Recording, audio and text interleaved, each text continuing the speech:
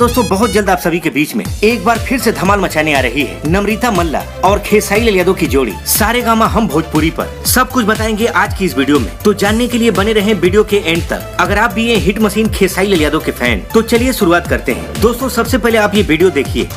इनके साथ हम लोगों ने गाना किया था बहुत पहले, करंट कमरिया, और अभी इनके साथ अभी कर रहे हैं। इसके बाद नम्रता मल्ला जी आएंगी, उसके बाद। जी हाँ दोस्तों, जैसा कि आपने देखा, हिट मशीन खेसारी लाल यादव ने खुद बताया कि बहुत जल्द नम्रता मल्ला के साथ वो अगले गाने में नजर आने वाले हैं। और आपको बता दें कि गाना काफी जबरदस्त होने वाला है, जो छठ पूजा के बाद आप सभी के बीच में रिलीज किया जाएगा। इसके साथ ही दोस्तों, खेसारी लाल यादव का एक नागिन वाला सॉन्ग भी आने वाला है, और जिस गाने की शूटिंग के लोकेशन से कुछ वीडियो तेजी से वायरल हो रही है, और इन वीडियो को देखकर साफ पता चलता है कि गाना कितना बवाल होने वाला है। इसके साथ ही आपको बता दें कि कल दिवाली है, और आउट ऑफ बिहार यानी कि बिहार को छोड़ करके 24 तारीख को यानी कल से उत्तर प्रदेश में, और 25 तारीख को आनंद मंदिर वाराणसी में बोल राधा बोल फिल्म लगने वाली है। तो देखना मत भूलिएगा, काफी जबरदस्त फिल्म होने वाली है। इसी के साथ दोस्तों, मिलते हैं अगली वीडियो में एक और नई खबर के साथ। तब तक के लिए जय हिंद, जय भोजपुरी।